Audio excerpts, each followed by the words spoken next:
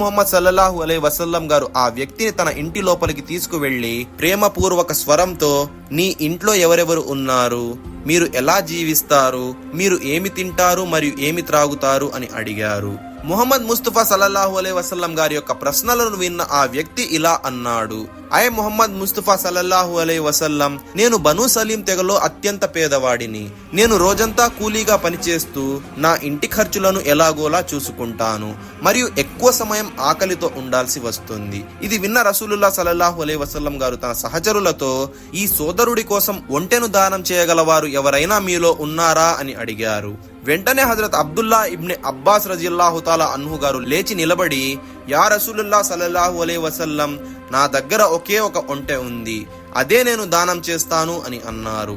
అప్పుడు ముహమ్మద్ ముస్తఫా సల్లల్లాహు అలైహి వసల్లం గారు, మీలో ఎవరైనా అతనికి తలపాగా ఇవ్వగలరా అని అడిగారు. హజరత్ అలీ రజియల్లాహు తాలా అన్హు గారు వెంటనే లేచి తన తలపాగాను తీసి దానం చేశారు.